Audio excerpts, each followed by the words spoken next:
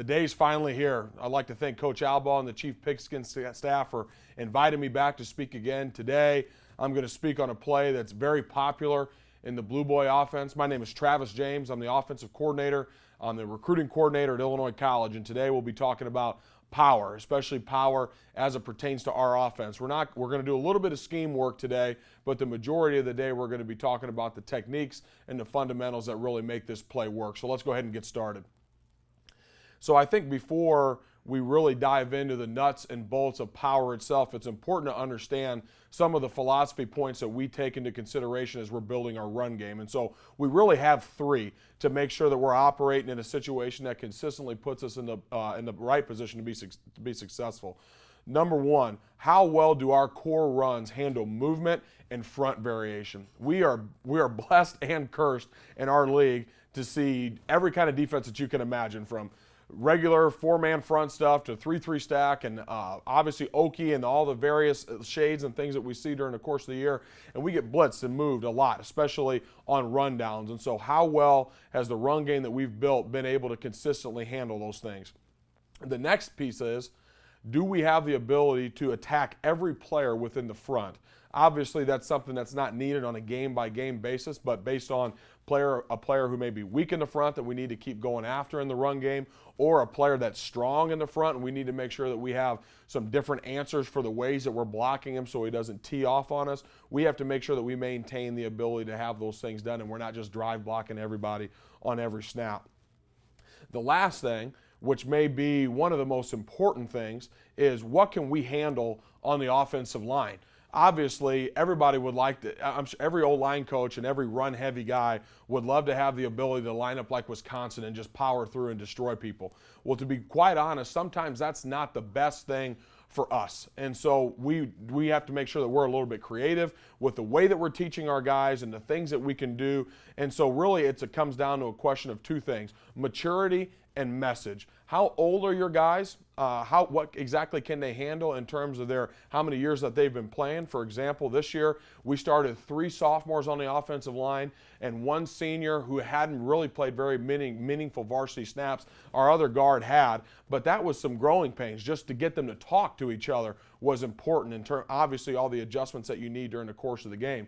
And so we had to make sure that we were consistently putting them in a situation that allowed them to execute regardless of the front, regardless of the down or distance, and that meant that we had to boil down our offensive playbook. And so, but the second thing is the message that you're sending to them when you're making some of these decisions. If you just say we're going to run one run play and we're not going to get to it very often, are you really sending the message of physicality and execution like they need to, and building the confidence that they're going to need? Our answer this year, which was awesome for us and awesome to watch our guys master their craft, was we really ran 2 runs. We ran outside zone and we ran power. And so we're going to we'll see quite a bit of clips of our power game from this year, knowing that we were answering those questions from above. We believe that power is one of the best plays against movement in football, and I'll continue to expand on that as we go on. Okay. Concept-based teaching also helps for us in the run game.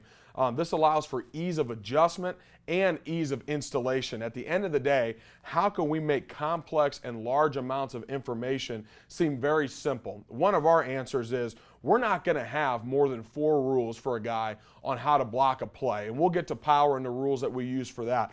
But if our guys are spending too much time thinking about the play, then we're not going to be able to execute as fast and as violently as we really want to. Combine that fact with there's really no need to be overly complex. We should have broad-reaching rules that cover us across all the different fronts and movements and things that we're going to see throughout the course of the year, okay? So what does that look like for us in terms of our traditional offensive construction? We're really grounded in 4 core run concepts: stretch, which is outside zone, which is high maintenance, but if you spend the time and invest time in it, it's really going to pay off for you. Power, which we're obviously going to spend quite a bit of time today talking about, and ISO, 2 back and 1 back. I've had the privilege of speaking on that play with Coach Albaugh in the past. And the last run game concept that really highlights what we do is push, which is an inside zone veer track by the running back. But once again, the manipulation and the rules that we use to install and run all those 4 concepts is what allows us to be diverse. The point at the bottom is very important though. Everything begins with stretch and power. Everything begins with those great plays on handling movement and front variation, and that's how we make our living. So why power? Power obviously provides us with the ability to create angles and double teams on a consistent basis. If you're living in a world where you may not have the most elite offensive line talent, it's obviously allowing you to be in a situation where you can put them in a position to be successful because now they're working on angles and they have the ability to use their buddy in terms of their blocking assignments with a double team. We also believe in our program that it provides us with a +1 advantage. That's a core pillar of Blue Boy football, not just the Blue Boy offense. The +1 advantage is very simple. Do I have one more hat at the point of attack than you do? In our mind, power is one of the kings of +1 football. And so we can do it out of every formation, and we can do it with multiple ball carriers and all the things that we do to dress the play up. But it is the ultimate +1 advantage play. It's also very versatile for us. And so there's a few different pieces, as you see here, that allow power to be versatile. Number one, we can really make sure that we're adjusting ourselves with the amount of pullers that we're using. And so obviously traditional power is kick out with a near back that we call a super back, and then we're going to lead with a guard, right? That's traditional power and it's traditional construction. We lump power, instead of saying power and counter and all the other pieces that are traditionally built with the power play, we lump it all into the power family because the base front side rules are the same, and we'll talk about that here in a little bit. But the ability to run different pullers throughout the course of the play and throughout the course of a game allows us to obviously break tendencies, but it also allows us to mix and match some of the things that a defense is seeing out of a variety of personnel groupings. Okay, so formations and play action builds into that versatility as well. Obviously, the power play itself requires a kick-out player in some form or fashion if you're running true power. And so that can limit you formationally if you let it. And so we try not to let it affect us because we've built in ways to run the play that trump formation with the different pullers that we're using.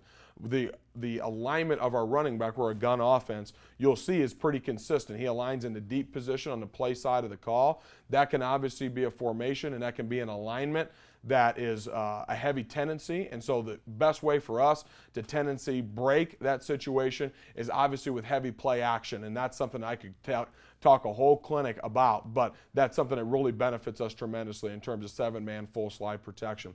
The next two pieces are pretty obvious. The RPO game and the RRO game, which is the run-run option. Those are different ways that we are allowing our offensive line and allowing our backs to stay consistent in what they're doing and consistent in their teaching. But obviously, we're going to start doing some things to force a defense to defend the entire field either with our running back getting to the perimeter or obviously using the great ability of some pretty elite wide receivers that we have at Illinois College. From a philosophical big picture thing, it's a full expression of the physicality of our offense. Power is a program play for us. Our head football coach is a defensive guy, and he is not only obsessed with power and stopping power defensively, but he's obsessed with our ability to run power. It just so happens that myself and our entire offensive staff is also obsessed with making it work in the best way that we can. And so it provides us with the ability to attack the teeth of the defense regardless of our line of scrimmage makeup. And that alludes to some points that I talked about earlier. Creating angles, creating double teams, creating formational alignments that you may not expect power out of or expect our counter punch out of are the great things that allow this play to be awesome for us. And so now let's get to the nuts and bolts of it. So now we're really talking about the Blue Boy blocking rules of power. And so we talked a little bit ago, we're not going to use more than 4 rules to fully describe to the offensive blocking group who needs to be blocked, how they need to be blocked, etc. And so our 4 power rules are here in front of you. And the note at the bottom is really important. I talked about all the different variations of pullers that we use throughout the course of the year, but our rules stay consistent regardless of the variation of power we are running. These things stay true for us, and you'll kind of see that as we move along. So the first rule is a very important one. Now we're talking about gap rules on the play side. So if I'm a right guard, obviously looking at you, I go through this mental checklist that you see on the tape. And so I'm a right guard. My first question to myself is there a man in my inside gap. If there's a man in my inside gap, all other things are off. I have to block the man in my inside gap. No questions asked. I have inside gap responsibility, and that trumps everything else. Whether it's a linebacker who's walked up or a defensive lineman, it could be the defensive coordinator from the other team. If you have somebody in the inside gap, you stop his penetration and you knock him down the line of scrimmage. Okay? So, once again, back to our picture. I'm the right guard. I'm going through my mental checklist. Do I have a man inside of me? If the answer is no, my next question to myself is, do I have a man on me? If I have a man on me, I'm now going to double team with my play side partner. Now, once I double team, obviously I'm providing the lift and the help for my outside partner, but that does not trump my responsibility to block my inside gap. And we block our inside gap in a double team situation with our eyes to begin. My eyes have to be active. My inside hip has to be open to my gap so I can trigger on any run through. And then we'll talk about which backers we're going into so I can start to train my eyes and hone in on the direction that I need to go. Back to our checklist. I don't have a man inside. I don't have a man on me. Now I'm tracking to the linebacker backside. And the way that we ID that, once again, we'll go through that in a little bit. But those are the basic rules. In, on, linebacker backside. Once again, these begin as the primary teaching tools, but our guys, and as they get moving, once we run the play about 2 or 3 times in training camp, then they're understanding what the landmarks are and how I handle things on the gap side or the play side of power. There's a very important point in this first rule for us. You never block out on power, ever. That is a cardinal rule. Do not ever block out on power. That is a sin. That is a sin in our football program. The only guys who have the opportunity to block out on power are our superbacks, whether they're blocking out in a kick-out fashion, obviously, or they're in line where we give them some rules to start adjusting to the surface of the defense that we're getting, okay? So that's rule 1. Never block out on power, in, on, linebacker backside. Moving to the second rule of power. It's very simple. We want you to say your ABCs, and it's literally that easy, and we'll go to our diagrams here in a moment, okay? So what are these ABCs that I'm talking about? A is the end man on the line of scrimmage. That is A. He is the player who's going to be blocked by the kickout, or he's going to be read by the quarterback. There's some certain front variations that make us adjust exactly who that end man on the line of scrimmage is. For example, in an Okie front, we want to treat the guys with their down hand, with their hand in the ground, as the end man on the line of scrimmage. Those outside backer, overhang players, those guys are liars. They lie to our guys. And so if I'm consistently chasing guys, I'm allowing things to fold inside of me on my kickout block. And if I'm playing slow at tackle or I'm playing slow at guard, then I'm creating a +2 advantage for the defense because I'm going to have 2 unblocked guys at the point of attack. So the end man on the line of scrimmage, though, and we'll see this in a moment here when we're talking about the specific front diagrams. He's blocked by the kickout player or read by the quarterback, and his letter is A. Okay. B is the first linebacker in the box, play side. That's who we talk about for the puller, the lead puller. He is going to be the one who is adding our +1, our extra hat on the play side of the scheme. That's B. C is the first linebacker backside of B. That's going to be blocked by the double team or the play side. Obviously, in some instances and in some fronts, there is no double team, whether the base alignment of the front doesn't lend to it or we're in a situation where the nose guard plays away and I got to track back or whatever the case may be. But the front side of the play is tracking themselves back to C, as square as they can be. All right? The third rule talks about the pullers, okay? The trap puller, which is also a rule that we can use for our kickout player, he wants to fit his hat and shoulder between the defense and the ball. We're a little bit old school with the way that we teach our kickouts and a little bit old school with the way we teach our traps. We fit things with a shoulder and an uppercut, and we'll talk about those technique pieces in a minute. But at the end of the day, that's the angle that I have to create. I have to fit my hat between my hat and my shoulder between the defense and the ball. Shuffle pulling. Okay, the shuffle puller is the guard when we're running traditional power. He is the lead puller, in other words. If we're running power brick, which we'll talk about here in a little bit, you'll see quite a bit of clips of that. This would be our super back as the second puller. Don't chase, just replace is what we tell the shuffle puller or the second puller on a consistent basis. When I'm pulling around for B, if B decides to jump outside, if B decides to widen or run around the horn, we are not going to chase that linebacker as he runs outside. The course and the path of our back is downhill in the A gap. And so the last thing that we want to do is for one of our pullers to start going wide. We tell them to clear the guard and get vertical. Clear the guard and get vertical. We want to start knocking skulls. If we are chasing, we're ruining the downhill nature of the play, and we're also going to put the back in a situation where he may now have to bounce. We want to get downhill. If B wants to widen, we'll block the next guy who's going to be playing across the top or running from the top down. Don't chase, just replace. The fourth rule has to do with how we coach up the backside, okay? Nothing across your face. It's a very simple concept, but man, is it something difficult to make sure that our kids really internalize why we do what we do, and then obviously to combat the things that the defense is doing on the backside to hurt the power play. And so the backside is really speaking to the center on his back block and the backside tackle on his gap seal funnel technique. I cannot allow anything across my face. One of the little rules that we have is that if I'm a backside tackle and I got two off the edge, I'm going to step down and close the B gap down with my hips and my eyes, but I am going to take the first thing that runs inside. It may not be the first guy who's aligned closest to me. I have to be cognizant of my space and what is not going to cross my face, okay? Once again, going back to the bottom, our rules stay consistent regardless of the variation of power that we're running.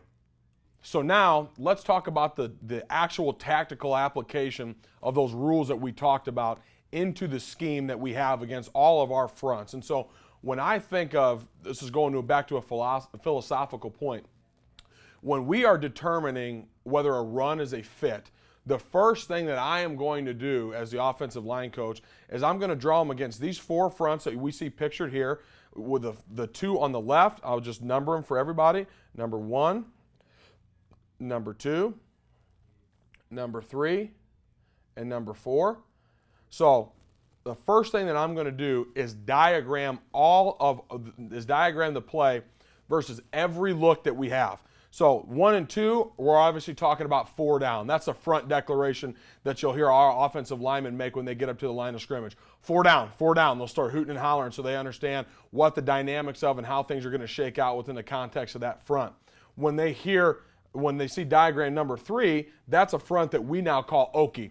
And Okie is important because things are changing. Obviously, we're talking about the introduction of a 7-man box, so things are a little bit different for us. We got guys swinging in off of vines from everywhere. And then the fourth concept is stack, okay? These are the 4 fronts that we have to make sure that we have a consistent answer for all the time. The other asterisk front that's important that we are pretty hypersensitive about at Illinois College would be bear. What is good versus bear? It's funny, I watch college football on Saturdays, and teams are so glued and so committed and so hard-pressed to run inside zone versus every front. Well, when you're lined up in bear, whether you're an elite defense or you're an elite offense, you're not really maximizing your numbers in the way that you can utilize your offense against that front and the reduction of those defensive ends. You look at Ohio State a few years ago when they played Virginia Tech. That was a great situation. That was a great lesson for the Buckeyes because they didn't have a great plan versus bear. They ran inside zone, Virginia Tech ran bear, and they didn't have great adjustments. And so for us, when we're talking about handling the bear front, we have 2 great equalizers, and we talked about them already. Stretch, which is outside zone, and of course power, okay? And so here as we go on, we'll start to talk about our front, the ways that we block different front variations. And so as we look at diagram 1 and we look at diagram 2, we start to see some of our rules in action. And so in both pictures here, A is going to be the 5 technique, the defensive end, and A is obviously, like we talked about earlier, that's the end man on the line of scrimmage. That's A. That is the player that we're going to kick out. And you see our super back running in a kick out fashion right now, trying to fit his shoulder and his hat in between the defense and the ball. B, now we're talking about the first linebacker in the box, and in both cases, that's going to be the Mike linebacker. That is who we're going to handle with the second puller. In regular power, He's obviously going to be the lead puller. If we're running another variation, that's what we're going to handle with the second puller. C is the next linebacker backside, okay? The next linebacker backside of B, and that's who we are now handling with the double team. That's who we're now handling with the double team. Obviously, we have the rest of it. The center is blocking back, and the tackle is gap seal funneling in both pictures as we see here against 4 down. Now, transitioning to diagram 3 and diagram 4. We're now talking about running the football against odd defense. Anything that we do versus odd defense, whether it's Okie or stack, demands a certain set of rules and a certain amount of decisions that we have to make. And so our little cardinal rule, our asterisk rule, we're talking about power versus Okie or power versus stack, and this is really not a deal breaker or anything that would change our rules from the 4 that we just talked about, is we're always going to double team the nose guard. We're always going to double team the nose guard. So obviously you see that clearly in both pictures. We're going to double team him. In the top picture, it stays consistent with our rules. We're going to double team him back to C. We tell the nose guard combination, the ace combination, that they are going to handle the double team that goes to C, and we do that because there's no guarantee formationally that we're always going to have a superback aligned with the tackle to double team him all the way back to C. We want to make sure that we can dent the defense, moving him towards the backside linebacker, and so we assign that ace block combination. That goes from the nose guard to the backside linebacker. In this particular picture, we have a superback in line, and so we now can pull 2 double teams when we're running power against Okie. And so when we are running power against Okie, the tackle is usually assigned to work down through the B gap and get and fit his hat on the Mike linebacker, which you guys will see very clearly. And so if we have an inline superback with us, we are now going to handle that combination with a combination we call a tray block, working to the Mike linebacker. Now we're going to have two groups of people responsible for the Mike backer, that +1 run. And so what ends up happening for us on quite often when we're running power is that tray block ends up fitting on the front side backer, and now we do have a true +1 run at the point of attack because that lead puller is really pulling for a safety in that case. It's a great adjustment that we made a couple years ago. And obviously on the backside we're going to gap seal funnel. In diagram 4 against the stack, now we're talking about a little bit different angles and a little bit different way that we have to handle the box. Everybody panics when stack comes up, but it's really not that difficult. Relax, we're going to be in good shape. And so the nose guard combination, in this particular case, because we have 3 birds in the box, we got to take this combination all the way backside. We got to take this thing to what now we have in the box is D, because of the way that everything is shaken out with the numbers that we have. So we're going to take that double team all the way to the backside backer. We told the tackle against odd defense, you're going to work down through the B gap and you're going to fit your hat on the Mike linebacker. Those things are staying consistent. You're now working for C. We're still going to kick out the M-man on the line of scrimmage, which in this case is the 5 technique, and we are obviously going to pull for B. That's the first linebacker in the box. Now you say, Coach, what happens if this 5 technique jumps across the tackle's face into the B gap? That's a phenomenal question. What we tell our kick out players is if A disappears, I get vertical right now. Because what's happening in the dynamics of the play is this. The tackle has no option but to stay blocking his gap responsibility, and I'll tell you some of the footwork we use that makes that block way easier and way more consistent for our players. And so we know that the B gap is being accounted for. So now we know that the Mike linebacker and stack and the Sam linebacker and stack are both going to fold over the top, and they're going to be a problem. They're trying to create a +1 in terms of the way that they're controlling gaps. But if our kick-out player gets vertical and our lead puller gets vertical, we're going to be in great shape to adjust. Even though the inside's cloudy, the running back will end up following the puller, which we'll talk about and see here in a moment. So we've talked all about all the blocking rules that we have, but now we really want to talk about our ball carrier notes. Contrary to popular belief, the running back needs to be taught exactly what's going on around him, and he obviously needs to have the keys to success to make him a successful ball carrier. And so our alignment is called the play side deep position. Play side deep position. So what is that? And you'll see all this on the film, obviously, with our rules in live action as well. The play side deep position is our running back is going to line obviously on the play side, directly behind the guard, 7 yards behind the ball. and that is where he begins. Tag is the exception, and we'll talk about that variation of power. Tag, the back has to line up in the deep position opposite because of the nature of the play, okay? Our aiming point on power is the play side A-gap, the play side A-gap. And so our footwork, we are going to slide step and go. Slide step towards the quarterback, open the pocket, and hit that thing going downhill as fast as we can. We want to press the heels of the offensive line in everything that we do. We talk about not making cuts in the backfield. That's a cardinal rule for us in terms of our ball carriers, okay?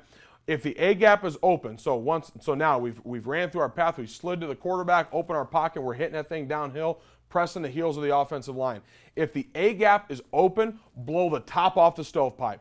Blow that thing wide open and take that thing like you're a fullback running midline. You run right down the middle of the field, go hit your head on the goalpost, okay?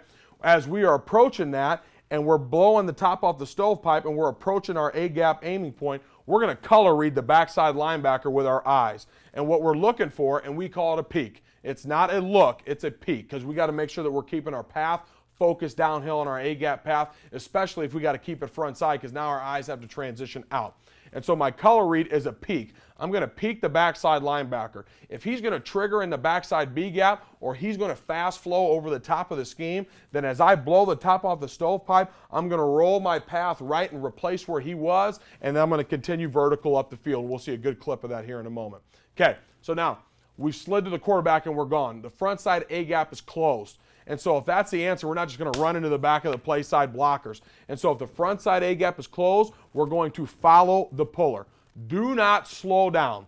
You are pressing the heels of the line of scrimmage, trying to blow the top off the stovepipe in the play side A-gap. And if we do have to adjust, we will make a lateral cut and get downhill again as fast as possible. We don't want to get strung out laterally, okay?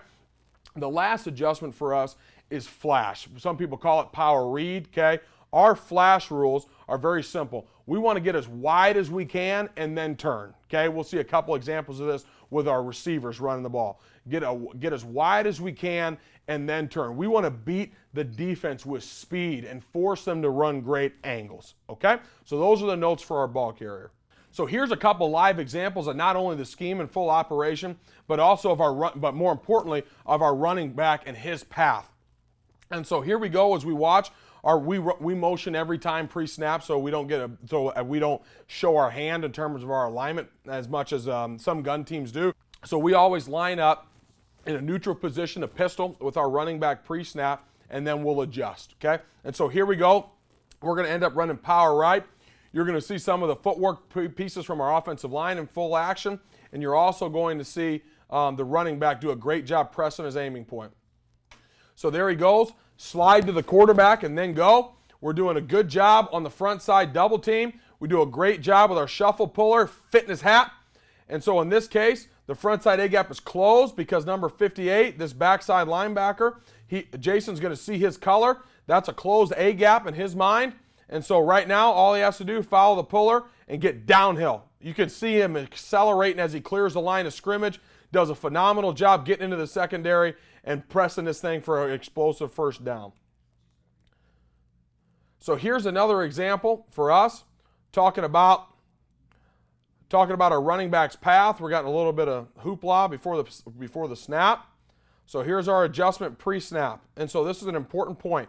So we're going to be running power right in this case, obviously running through all those scheme notes that we just talked about. We're going to have our kick out and our gap seal funnel. And so the running back, as he approaches the front side A-gap, he is going to color read this backside linebacker, and he does a hell of a job in this case. So you're going to slide and go. Slide and go. That backside linebacker is trying to pull the chain through the backside B-gap. In this case, the front side A-gap is closed as well. So our running back does a phenomenal job rolling right off into the A-gap, rolling and replacing for a good gain, a good hard-fought gain down here deep in the opponent's territory. This is a great look once again. We get outside pressure, okay, from the Sam linebacker. We believe that the speed of our running backs downhill it trumps this outside pressure. Stick to your handoff rules. Press the heels of the offensive line. Focus on what you can control. He does a great job here. And so here we go.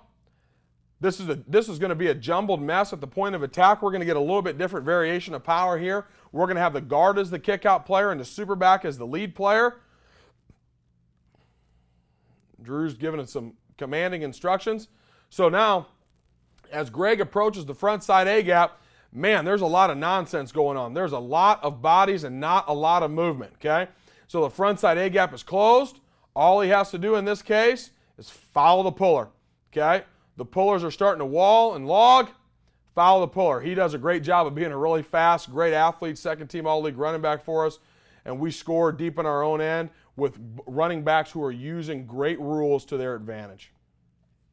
So now we're going to get into some of the particulars and some of the fundamentals that we talk about in terms of blocking the play. So the beginning of it begins with the kick out itself, and we're going to have some game clips that show you exactly what we're talking about. Like we talked about towards the beginning of my presentation, we have to fit our hat in between the ball and the defense. That's the very basic thing, the very basic instruction of what our kick-out player must do. And so our path to ensure that that happens on a consistent basis is we want to replace the inside leg of our end man on the line of scrimmage. So that's either going to be the tackle or that's going to be the super back. We're going to replace his inside leg to consistently protect our angle and not go chasing a guy just because he seems wider. He's got his hand in the dirt, man. He's rearing, snorting snot. He's ready to come off the ball, and so we got to make sure that we consistently put ourselves in a great path to fit our hat in between the defense and the ball, and the way that we do that is to replace the inside leg of our offensive end man on the line of scrimmage. Our strike with what we're doing is we're trying to uppercut with our play side hand, and we're going to try to put our shoulder underneath the chin of the defense. As simple as this sounds, this is hard to teach. Kids don't really believe how easy and how much power they have when they can uppercut somebody up under their jaw. And so we work on this every single day in a drill that we call blade drill, which I'll talk about here in a moment. And still, guys get a little bit uncomfortable. They want to get their hands on guys, but they're not as powerful and they certainly don't accelerate as fast. That's just our belief, okay? If the kick-out player disappears, like we talked about earlier, especially against odd defense, he's going to jump in the B gap, get vertical now, because you know somebody's going to replace. They need a player for the C gap. And so I'm going to get vertical as fast as I can, ready to attack the defense. Okay, so here we are. We're getting ready to run kick-out power. Here's our super back in the near back position in the B gap. And so he is going to end up kicking out number 3. Okay, and so obviously all of our other blocking rules remain the same. I'd like to see Craig get going a little bit better. This kid had been diving in earlier in the game, but nonetheless, he replaces that tackle's inside leg. That's an immediate kick out right now. He's protecting. His hat is in between the defense and the ball, which is exactly what we want. It's a great job, obviously, by the running back as well. Not as great of a job by our right tackle. Well, you'll see him start knocking guys around here in a little bit. Great pull. We get around, we get rolling. Our running back's a hell of an athlete. And so here we are. Here's another kick-out situation. So here is a great example of when you go chasing what happens. They're trying to play a scrape exchange game here. And so we got a guy who's pretty tight to that tackle, and we go and chase him. We're going at that defender. We don't want to go at that defender. We don't want to go at that defender. What we want to do instead is replace the tackle's inside leg. We want to replace Zach's inside leg to consistently put ourselves in a position to pry the defense open. Now, we do a great job with our pull. We do a great job with our running back attacking his aiming point. Here's another example once again. They're playing a scrape exchange game, trying to get that linebacker in the C gap to get him in the backfield on power. We end up knocking everybody down. That's a running back running full speed down in his course, and we just outrun the guy. Trust your speed. Trust your aiming point. Obviously, this is a great lesson in what not to do in the kick out. We make things unnecessarily clogged without fitting our hat in the right way. Obviously, we have an explosive game because we have really good players, and that's a blessing that we have in Illinois College. So here's another good example of the kick out done right. Again, we're watching our super back in a near back alignment. Here he is. And so as we rock and roll, there he is, fitting his hat in between. He's fitting his shoulder. I'd like to see Brennan's left hand. I'd like to see his thumb turned out. Okay, I'd like to see his thumb turned out and lifting the inside pec of this 5 technique. But what he does a great job is taking his angle, replacing Kyle's inside leg. Even though this guy is wide and slow off the ball, we're protecting our course, +1 runner. Once again, we get a little bit screwed up with our gap seal funnel player on the backside, Logan. He gets a little bit confused on what's going on because we get some backer pressure. But you talk about a running back hammering down his aiming point, doing a great job following the puller, and we're in good shape. So now we're going to talk about the blocking fundamentals as it specifically pertains to the offensive line. And so we're going to start with the double team, which is obviously the big premise of power. That's the secret to making the thing go on the front side. And so we teach our players with 2 different types of footwork. The inside player is the settle surge player. We also call him the lift player because he is trying to lift the defense up. The outside player in the double team is the hip skipper. He is the eraser. He is coming down to get everything moving, and you'll see by the nature of their footwork what they're trying to do. On the settle surge, we obviously have 2 steps, a settle and a surge. The settle step, I'm the uncovered player in a double team. And so my settle step has to do a couple things for me. It's an up and down step. It's not a big step. I'm not gaining any ground. It's a rocker step, some people call it. It's an up and down step with my inside foot to settle my weight and drop my hips. What it also triggers me to do is get my eyes into my inside gap and open my inside hip into the gap that I'm responsible for. The surge is the second step. The surge is when I'm driving my covered leg into the crotch of the defender. To be crude, what we say is staple your knee to his nuts. We want to get deep into the framework of the defense. We want to drive our body and we want to drive our knee, not our hip. When guys are learning footwork and learning how to double team, they feel like when they got to move somebody, they got to throw their big butt cheek into the defense because they think that's going to create movement. But obviously we know that now you're just becoming thinner, and now you're not being able to be as strong as a lift player for the outside player in the double team. And we're going to get that thing split. What driving our knee and not our hip is a reminder to our guys is to stay as square as possible. That's going to be a big theme as you keep watching. I want to stay as square as possible. As I drive my knee, I'm as powerful as I can be, driving up from the floor, and I'm creating movement myself, not just waiting for my outside buddy to bring all the loving. I'm trying to strike once again with an uppercut to the inside half of that defender's body, and the key for me is to stay square with my eyes through my inside gap. I'm going to drive my knee, not my hip, to stay big, strong, and square, and I'm going to protect my inside gap with my eyes. The outside player in the double team, this is the best piece of footwork in all football, in my opinion, for an offensive line coach, and that's a weird thing. We get excited about footwork.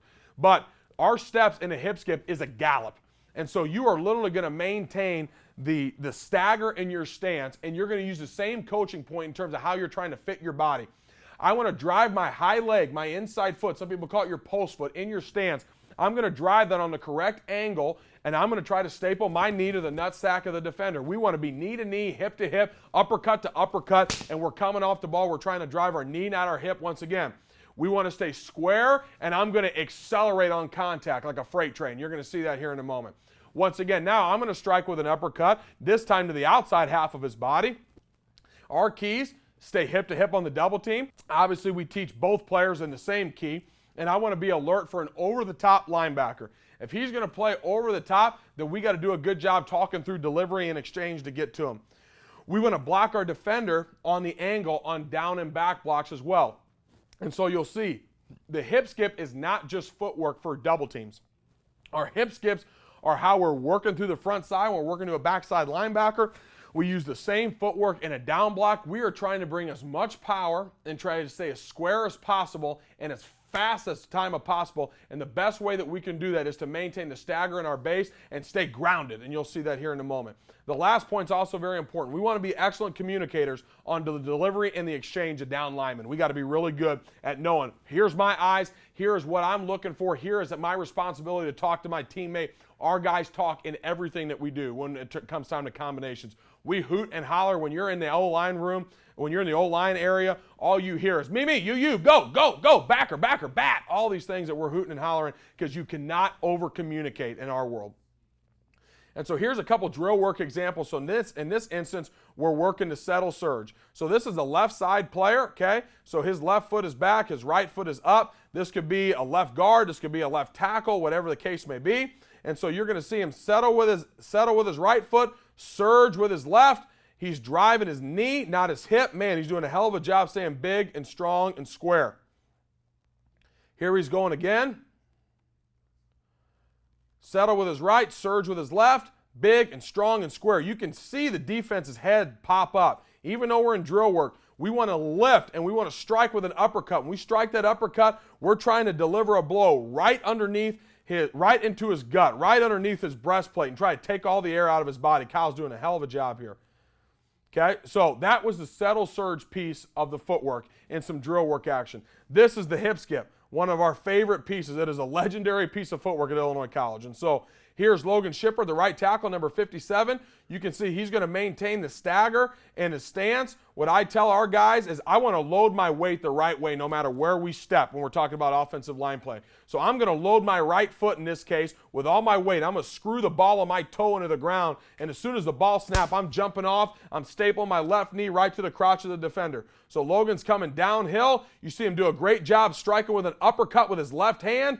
He does not, an important piece in the hip skip. When I fit on the defense, I am blocking him on an angle. What's that mean?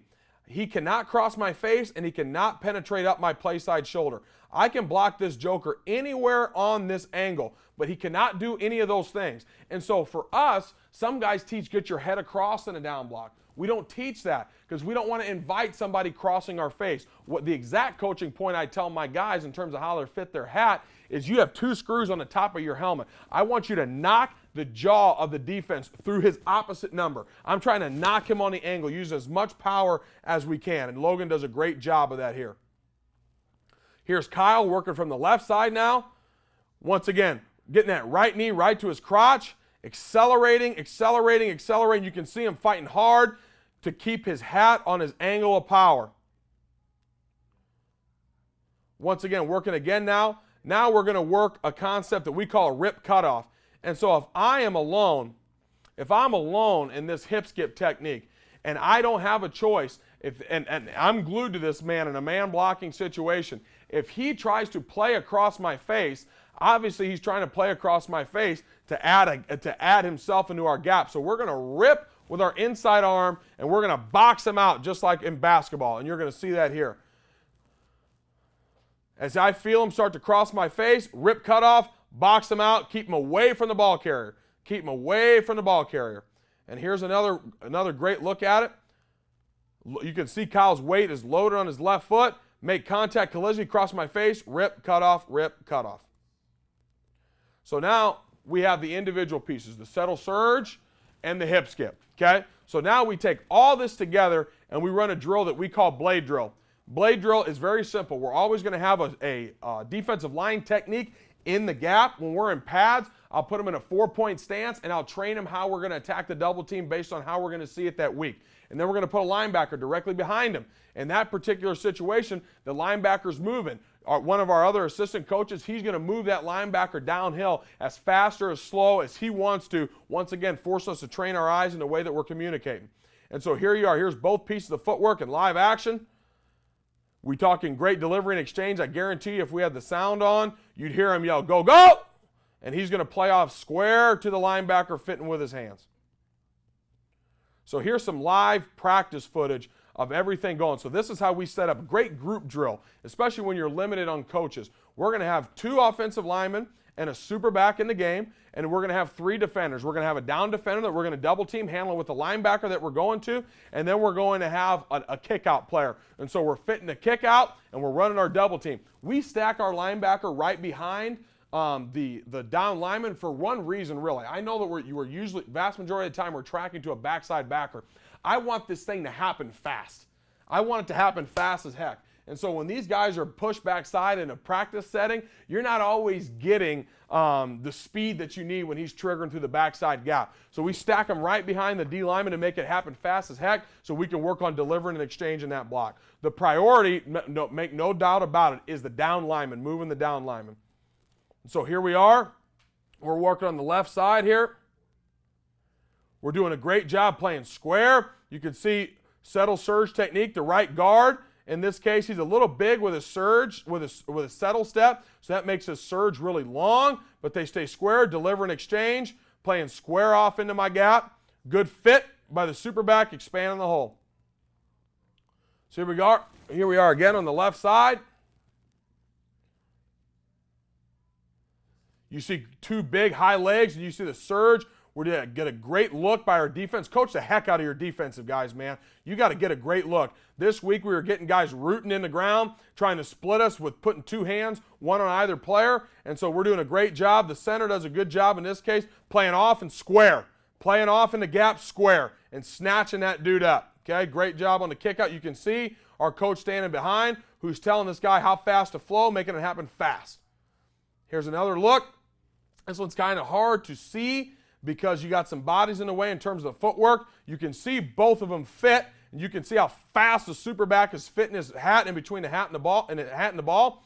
But the important piece of this is the linebacker. The linebacker does not trigger one way or another. So you'll see our guys stay fit in the double team. There's no reason to move. There's no reason to come off the down guy because there's no threat to my gap. I can't smell that guy's breath, and so we keep hammering the down guy. Hammer, hammer, hammer.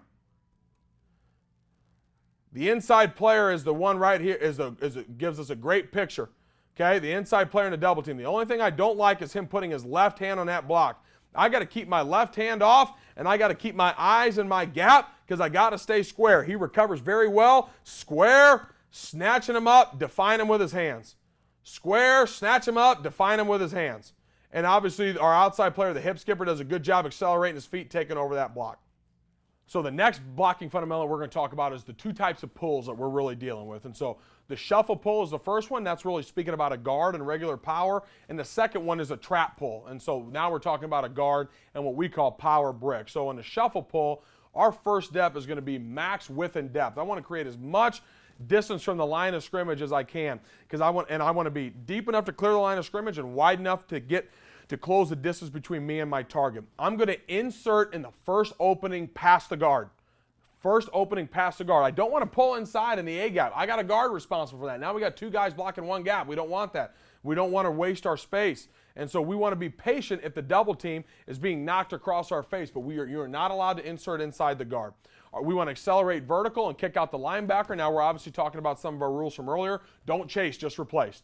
The strike is a dip and thumb lift, like we'll see. Thumb lift meaning I want to load my thumbs. I want to have them loaded like a gun, and I'm going to lift and get ready to run, okay? Key is to shuffle across the back with speed, and don't chase, just replace on the linebacker. The trap pull is the other side of things. So I'm going to elbow whip and run through. I'm going to elbow whip and open my hip to gain ground. Key is not to step underneath yourself, okay? Deep enough to clear the line of scrimmage once again and wide enough to get closer to my target, okay? My second step is run through. I'm going to take my backside arm and I'm going to run through and get towards my aiming point as fast as I can, getting back into the line of scrimmage. If the target moves, I got to move. If he widens, I got to widen, but I got to make sure that my course sets me on a path where I can adjust. Anything other than a kick out is unacceptable. That's the mentality that we go into during the course of installation. Then we work a drill, which you're going to see in a little bit, that teaches our trap puller to read the surface that he's got. And then obviously the second puller having to adjust. Second puller being a superback or second puller being an offensive lineman. Okay? Strike, same thing. Uppercut with my backfield hand because I want to fit my hat, remember, between the shoulder. I want to fit my hat and shoulder between the defense and the ball. Okay? Key, don't step underneath myself on the first step because I'm going to look like a cartoon character running in place. And I want to go the same shoulder in the same direction I'm pulling. Pull right, right shoulder. Pull left, left shoulder. Pullers are the fixers. The front side could be as crazy. The craziest things could happen in the way that we're blocking the front side. But when you come around as a puller, you fix whatever's in your way. Clean up the mess at the point of attack. And so here's a couple great looks at what the pull looks like. And so here is our right guard shuffle pull. And you see, we used to skip pull. But what I found is if you have to get out of your skip sooner than you thought, you're going to push your aiming point wide.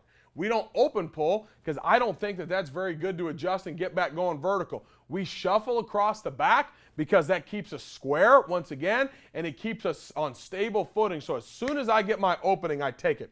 So our right guard is that we're in a tempo situation here. Okay, our right guard, the kick out player is not in really good shape. You can see his feet are crossed. He's stepping with his outside foot. Okay, and so a puller gets around. Somebody's in his way. He's fixing everything around him. Does a great job for us, making chicken salad out of chicken, you know what. And so we get around, get knocking, get moving, nasty physical play on third down. So here we go. Here's another great look at it. Our left guard is going to shuffle pull. You can see him shuffle with speed. Take the first opening he's got. It's all close, close. The shuffle allows us to do this. Shuffle, close, close, close. Take it, fit, lift. You see him do a great job. Dip, lift. Does a phenomenal job. Also working inside this combination block right here is phenomenal. Good settle surge, good hip skip, good deliver and exchange. Running back does a great job on his path, touchdown. And so now, that's our shuffle pull. That's our lead puller, okay? He's going to shuffle across the back end with speed. Obviously, we're going to handle how the kick out happens at the point of attack. So now we do this drill, which we call the train drill. And so the train, I'm the lead car, and I'm pulling my second car with me. And so this is going to be the kick out player, and this is going to be the second puller. This can be a two-puller offensive line drill, and so we rotate it. And so if I'm an offensive lineman, we're both going to be with our heels on the white line. Is this spacing necessarily correct for how we line up? Not necessarily, because this is the line of scrimmage. But I want to see us clear the line of scrimmage and clear the line of scrimmage and work on running our angles. Good coaching point for the second puller.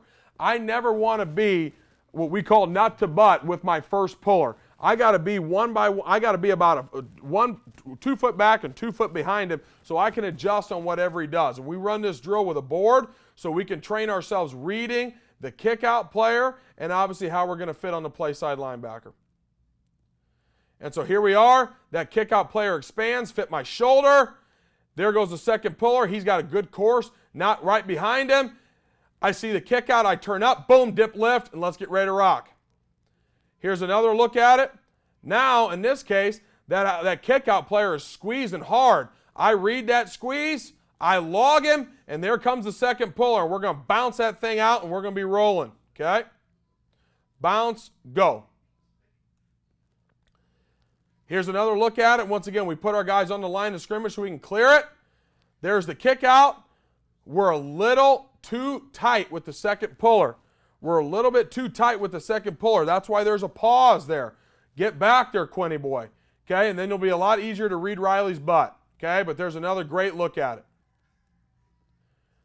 So here we are. Once again, there's a hard squeeze. Okay, you can see here, here's one of our super backs. He's back off the line of scrimmage like he's sitting in a sniffer position, but you get the same thing out of the drill. We get a hard squeeze, get a hard squeeze by the defensive line. Superback does a great job of adjusting, getting vertical. There he is. Dip, lift, thumb lift. Great job. Phenomenal job running fast. So once again, here's another look at it. We're getting squeezed by the defense. Tackle comes around. Dip, thumb lift on the linebacker on the second level. Phenomenal. Here's one last look at it with the superback. There's the kick out. Great job fitting their hat in between the ball and the defense. Superback, good dip, lift, run. Phenomenal.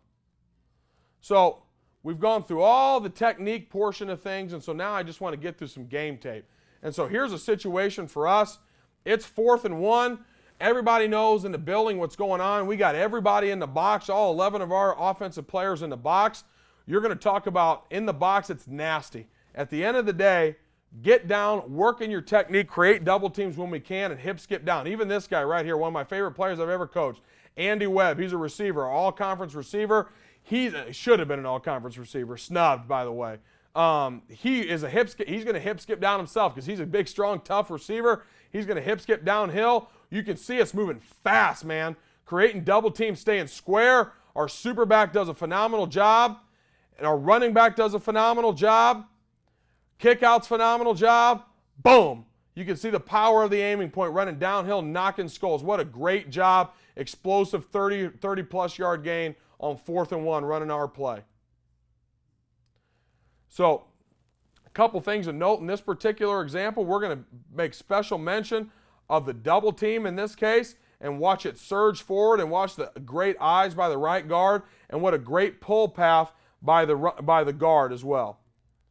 So talk about massive movement and great footwork at the point of attack. You can see him getting their outside arms free. You can see 70 getting his outside arm free. You can see the right guard getting his outside arm free, ready to trigger on any run through.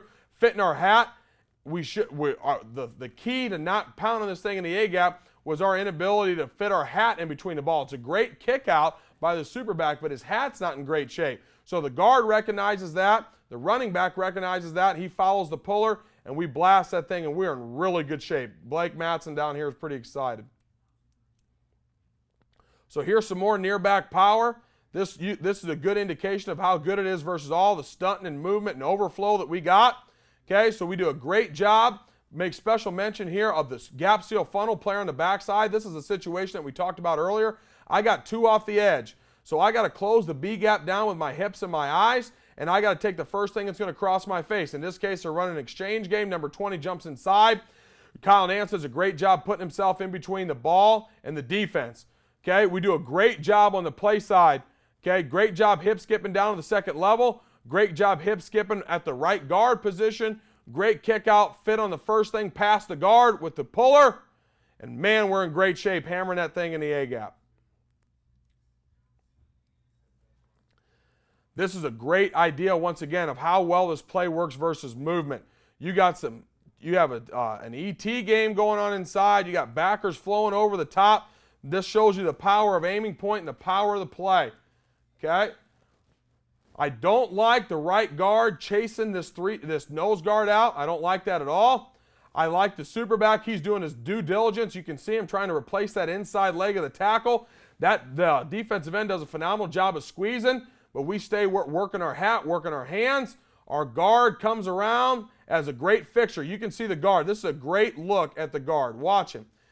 Everything around him is going on, and there's a lot of craziness at the point of attack. And so all he does is stay in his shuffle. Stay in his shuffle. There's the opening. Hit it downhill. Let's go. Let's go get it. He's knocking everybody out, trying to be a fixture. It's a great pull. So that was a couple good clips of just near back power, near back kick out power, which is awesome for us when we have an elite superback. This year, our superback players were better at blocking small guys. And so we wanted our big guys to block big guys. And so we ran quite a bit of what we call power brick. And so now the guard is going to be the kick out player, and the superback is going to be the lead player. And so, and once again, a great example here that we have is against Bear. We believe that power is a great play versus Bear defense. And so we're going to get a back call in the front. And so we're going to back and back and back. You can watch the right tackle. He does a phenomenal job with his hip skip in this picture. Once again, pullers are going to come around and be fixers. Run a little motion with it, a little quarterback power. Right tackle does a great job. He's hip skipping down. You can see the right guard hip skipping down. Big, strong, square. Great kick out by the right guard. Great kick out, great lead. I want to see our superback accelerate our feet, and we're walking in the end zone. Great job early in the game. A wet game, running the quarterback. We love it. Here's another example. Great job by the play side of the scheme. Right guard does a really good job, in this case with his hip skip. You can see the power of staying square. The right tackle does an even better job. You see both of these players right from the jump. They're working their hip skip technique. Even when they're working down, they're tracking back. We work a drill like this every week with the tackles. You got a head-up technique. You're going to hip skip down. Don't slow down for him. If he's going to jump into B gap, he's going to jump into B gap. Don't be slow. We're staying square so we can read it. I don't got to stay slow so I can read it. Hip skip down and define him with my hands if he's going to jump across my face. He jumps out. There comes the right tackle. That Mike is trying to trigger in a B gap, and oh boy, that's a wrong decision. Okay? Great kick out by the guard. He runs upfield. My target moves. I got to move. My superback's coming around. Does a great job reading things out. Great job defining things. And we score. Phenomenal job once again. Here's another great job. So now we're playing Okie defense. We know that we're always going to get a double team on the nose guard going back to our rules. So we're going to take 90 back to 30. The right tackle is going to hip skip through the B gap. If he jumps across your face, don't slow down. Take him, define him with your hands. If he jumps out, keep working down to number 4. We're going to kick out with the backside guard, pull with the superback, gap seal funnel with the tackle. This is a beautiful piece of footwork here by the right guard. Hip skip down, big strong square, 90 plays away from my face. I'm not getting my outside arm involved in the block. I'm staying square. There I am fitting on the backside linebacker. The right tackle, I'm hip skipping down. He jumps into B gap. Watch him define him with his hands. Define, define, define. Get him out of the way. Let's get ready to boogie. Great job by Greg hammering this thing in the A gap. The super back is slow because he's too tight. And so we want to get a little bit more distance and we'll be in a lot better shape. So here we are. Here's another way to dress it up. A little bit of quarterback power with some fly motion action. Once again, we're playing odd defense. We are going to double this thing back to number 30. We're going to hip skip through the B gap. If the defensive end plays across my face, I'm going to define him with my hands. If he jumps out, then I'm going to go fit my hat on 34. Zach does a great job hip skipping, saying big, strong, and square. Big, strong, and square. He plays out. Now he's going to go fit his hat up on number 34. I'd like for us to be a little bit, have our pad level down on the kickout block better. Superback does a good job, or running back in this case does a good job of fixing it for us. And man, are we in good shape as we get rocking and rolling. A little bit different formational look to it here. So we're going to run power to the right-hand side here. And so now in this case, on the ace block, talking about odd defense, this nose guard is going to play himself into the double team, which is exactly what we want. You see 73's footwork. You see 78's footwork. That's a great job. Both of them square. Both of them strong. You can see the outside, that inside backer trying to play across the top. And so we do a good job in delivery and exchange, trying to find guys with my hands. We do a good job at right tackle. We do a good job at left tackle. The left tackle, he's getting a hard charge across his face. He's stopping that movement, and we're able to protect our inside gap. Big old gain on first down. Another look at power brick.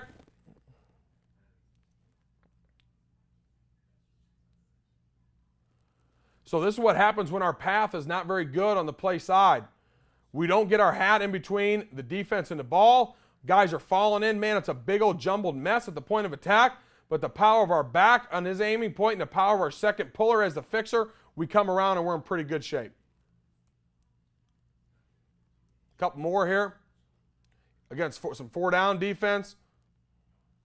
Once again, just to remind us of our rules. Here's A. Here's the end man on the line of scrimmage. Here's B. And here's C. Nobody inside my inside gap. I got a man, nobody inside, but I have a man on. We're going to double team back to C. We're going to block back. We're going to gap seal funnel. We're going to pull and kick out. And we're going to pull and lead for B. See our footwork once again. The right guard's a little quick, triggering off to the backside backer. Not necessarily what we need to get done. I'd rather hammer that guy, that three technique at the point of attack.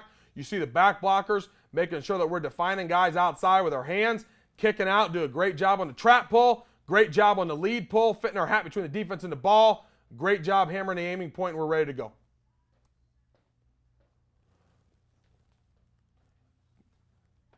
Now we're talking about two double teams. In this situation, this is the importance of staying square.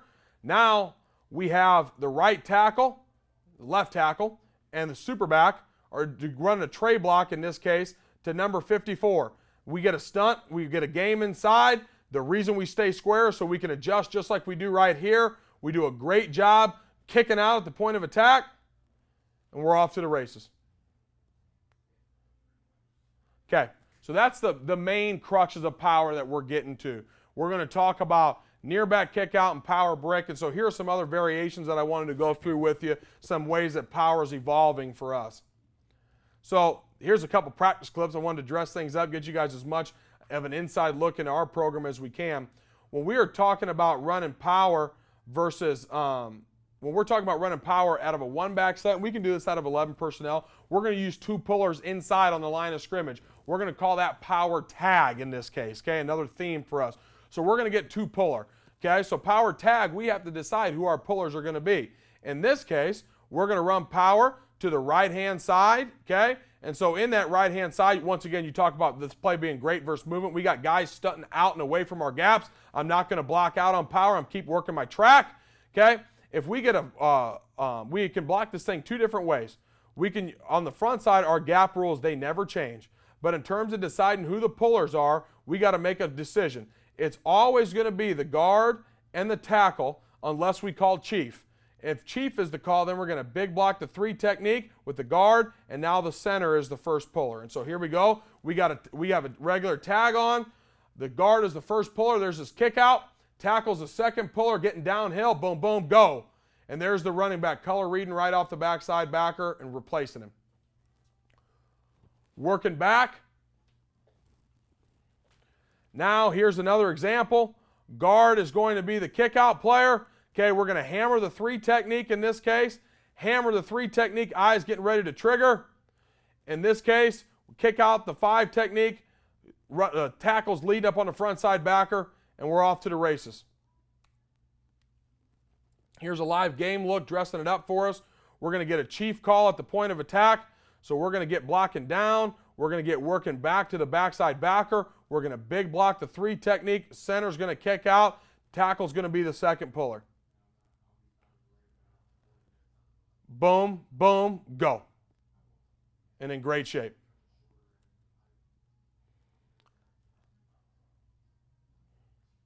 Here's power flash for us, one of our other variations that we've used quite a bit. We're now going to block power in the box. Okay, nothing changes for the offensive line. The quarterback is going to read the end man on the line of scrimmage. Okay, well, whether he's going to hand the ball off or not. That outside backer in this case plays out. We pull the ball. Great job color reading by the quarterback, another variation of power. We'll also run this thing with a wide receiver. Okay, we're going to bring him in what we call jet motion. When we get him in jet motion, now the running back, we borrow him as a blocker. We're off, ready to roll. Great job cutting guys down. And we get out and we get around the perimeter.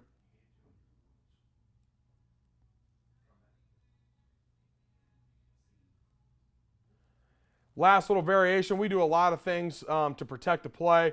Here's an RPO. We're going to read the outside linebacker in this case. We're going to read this player. If he's going to jump in the box, trying to stop the power play, and we're blocking a 6-man blocking scheme inside, then we're going to whip the ball out to a bubble. And so you see inside, there he is on a blitz. Now they're short on the bubble. Whip the ball out. Let's get ready to rock and roll, and we'll be in good shape. Guys, it's been a privilege to be able to describe some of the things that are important to you in our offensive system, and power is certainly a program play for us. And we dress it up a million different ways. Obviously, formationally, you see that in the way that we teach our pullers and the way that we teach our fundamentals, I think, is the edge for us and the way that we run this play. If you ever need anything from us, please make sure that you reach out to me. Illinois College is always here to help anybody who's trying to better the game, especially guys who are trying to use power to get it done. So thank you for your time. Thank you for this opportunity to coach Al ball, and we look forward to catching up with you really soon.